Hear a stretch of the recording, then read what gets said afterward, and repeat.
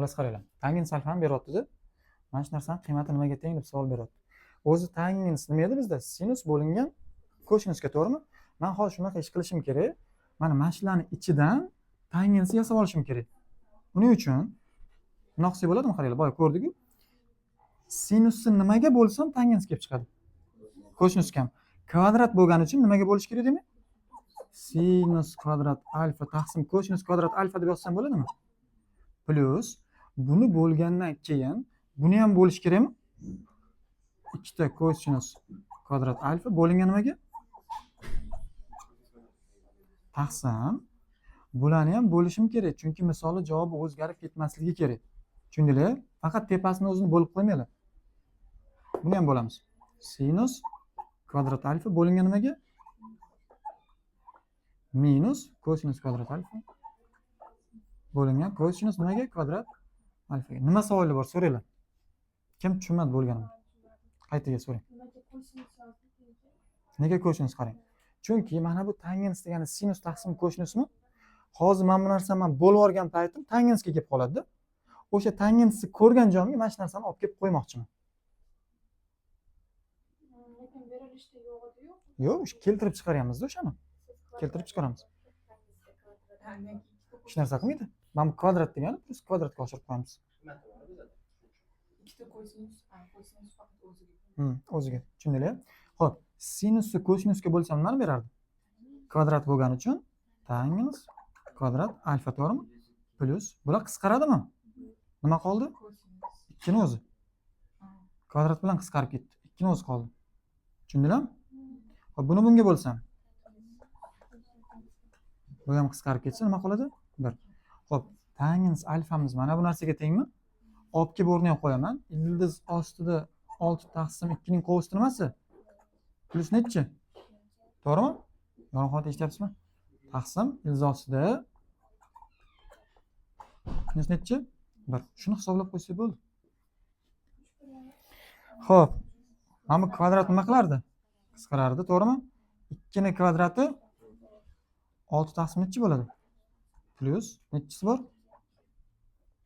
Xo'p, bu yerda ham xuddi shu ish bo'ladi. 6 taqsim 4 minus nechi?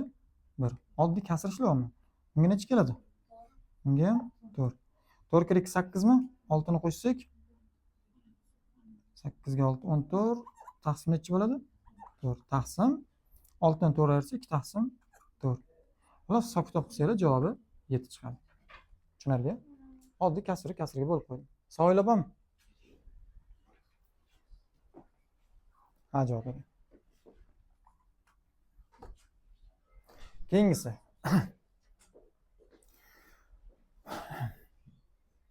Bunda ham xuddi shu ishni qilsak bo'ladi, faqat qaranglar, buni darajasi har xil bo'lyapti. Mana bu yerda 1, mana bu yerda 3, mana bu yerda kosinus qiynalib qolamiz. Bu ikkinchisini ko'rsataman, ikkinchi yo'lini qaranglar. Mana bu tangens alfa nima edi o'zi? Sinus sal teparoqdan yozing. Sinus alfa bo'lingan nimaga? Teng ekan nechiga? 1 taqsim 3 ga, to'g'rimi? Proporsiya qilsam nima qilardik? Sinus alfani 3 ga, kosinus alfani nechiga ko'paytirardik? Xo'p, birinchi buni ko'paytiraylik. Kosinus alfani 1 ga ko'paytirsam,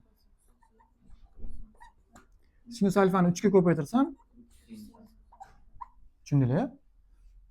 Maryam, tushundinglarmi? Maryam. Oddiy proporsiya qilma. Shunaqa deydi. Chunki nimaga kerak? Mana bu kosinusni ko'rgan joyimga, kosinusni ko'rgan joyimga sinus olib kelib qo'ymoqchiman-da. Hammasi sinusga bog'liq bo'lib qoladi. Qarab turinglar. Hop. Buni prosta yozib turaman. Sinus taqsim bunga ham tegmayman.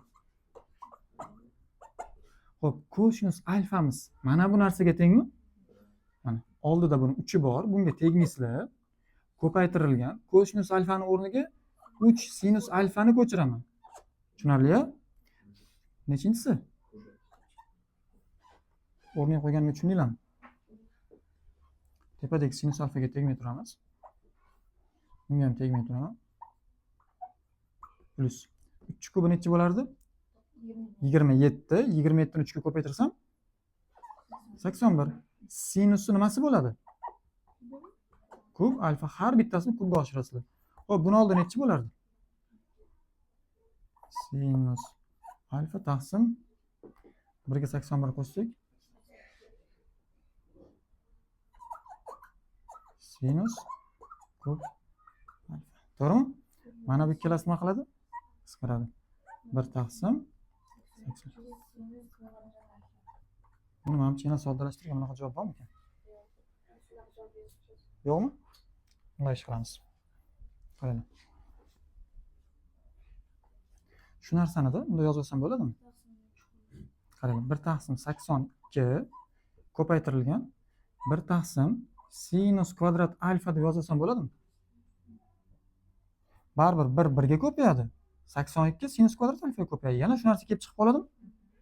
Xo'p, qaranglar. Bizga tangensi beryapti. Tangensi sinusga bog'liq formulasi bor, yo'qmi, bormi? Tangens sinusga bog'liq bu yoqda.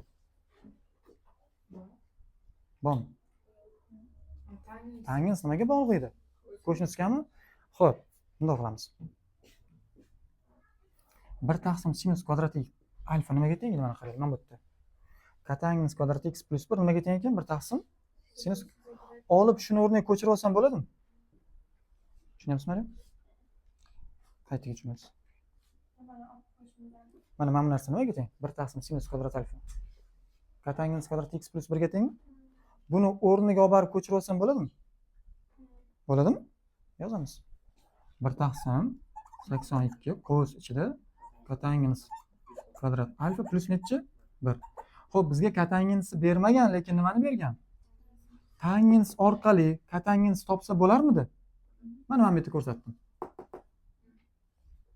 Xo'p, tangens, ya'ni kotangens topish uchun mana qarang yozaman. Kotangens topish uchun 1 nimaga bo'lar ekanmiz? Ya'ni yozaman. Kotangens alfa teng bo'lar ekan 1 bo'lingan nimaga? Tangensmi? O'rniga 1 taqsim 3 qo'ysam bo'ladimi? 1 taqsim 3 ga bo'lsa necha chiqadi? 3. Endi buni o'rniga necha qo'yamiz? 3 qo'yib yuborsam 3 kvadrati to'g'rimi? Plus 1. 3 kvadrat 9, 1 ni qo'shsak 10 kira 1 10 taqsim necha bo'lar ekan? 80. 2 ga qisqartirsanglar 5 taqsim 1. Qaytaga tushunmadinglar, so'rang.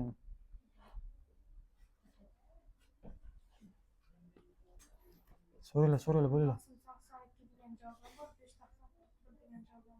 Bo'lishi mumkin emas.